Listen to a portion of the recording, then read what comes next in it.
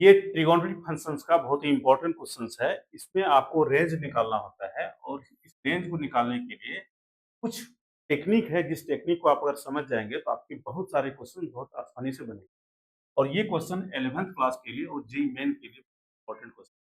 और ये जो क्वेश्चन दिया हुआ है, इस क्वेश्चंस में एक चीज़ जानना होता है आपको, cos of x plus y का जो फॉर्मूला होता है, तो फॉर्मूला होता है cos x into cos y minus sine x into sine y, ये फॉर्मूला होती है। और इस फॉर्मूले को हम यूज करेंगे यहाँ पर को ब्रेक करने में, ठीक है?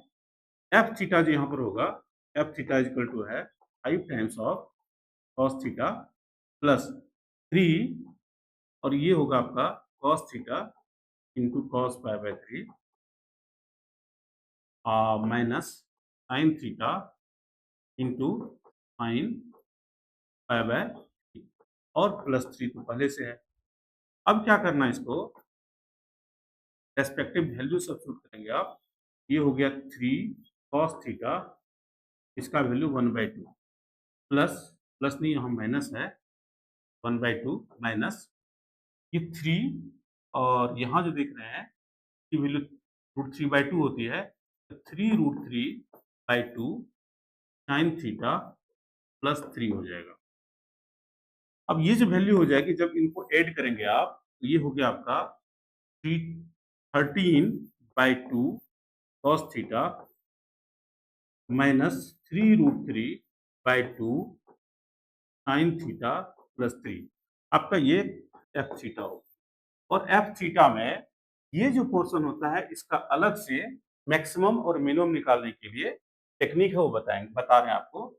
अगर आपके पास ए कॉस थीटा प्लस या माइनस बी साइन थीटा हो, मान लीजिए एफ थीटा फंक्शन है, इसमें जो मैक्सिमम वैल्यू होता है वो होता है मैक्स वैल्यू, वो होता है आपका root under a square plus b square, और मिनिमम वैल्यू जो होता है आपका, वो होता है आपका minus of root under a square plus b square. अब इसके हिसाब से यहाँ पर जो वैल्यू होगा, वो होगा आपका root under a square plus b square less than equal to a cos theta plus b sine theta root under a square plus b square. ये आपका मैक्सिमम और मिनिमम निकालने का ये एक तरीका है, एक फॉर्मूला है, जो आपने 11th क्लास में और जेईई मेन के कंसेप्ट में आपने सीखा होगा। अब क्या करना है, यहाँ तक का वैल्यू अलग से निकालना है और साथ ही साथ इसमें टी ऐड कर देनी है। ऐसा करेंगे, जो रिजल्ट आएगा हमारे पास, जो वैल्यू दिया हुआ है, यहाँ पर ए का वैल्यू दिया है 13/2, बी का वैल्यू दिया है ये, तो यहाँ पर root under a square plus b square का जो वैल्यू होगा, रूट अंडर 13/2 का होल स्क्वायर प्लस माइनस 3√3/2 का होल स्क्वायर।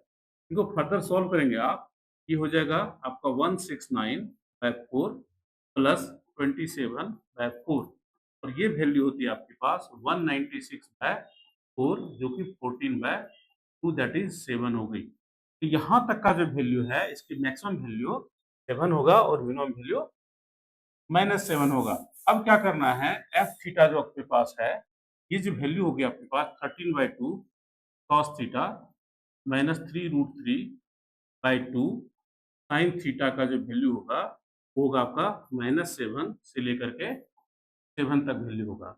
अब क्या करना है, क्योंकि यहाँ पर +3 हमको लेनी है, ये हो गया -7 plus 3 less than equal to ये 13/2 cos theta 3√3/2 sine theta plus 3 less than equal to 10, और आप जानते हैं यही आपका एफ थीटा है, और इसकी वैल्यू हो जाएगी, ये हो रहा है 10 और ये हो रहा है आपका -4।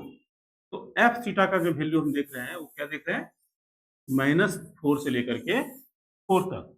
तो एफ थीटा जो बिलोंग करेगा, रेंज जो बिलोंग करेगी -4 से लेकर के 10 तक। I hope you understand. और एक चीज ध्यान रखिएगा, जेईई मेन के क्वेश्चंस में ये इंटरवल का बड़ा रोल है। कई बार क्या होता है कि आपको ऑप्शन सेलेक्ट करने में इन्वर्टर जो इंटरवल है, उसमें कंफ्यूजन कर सकते हैं और करते भी हैं, और इसमें बच्चे को आता सब कुछ है, लास्ट में क्वेश्चन गलत करके आ जाते हैं। इस बात का ध्यान रखना है। I hope you understand. Thank you. Please like, subscribe कीजिएगा।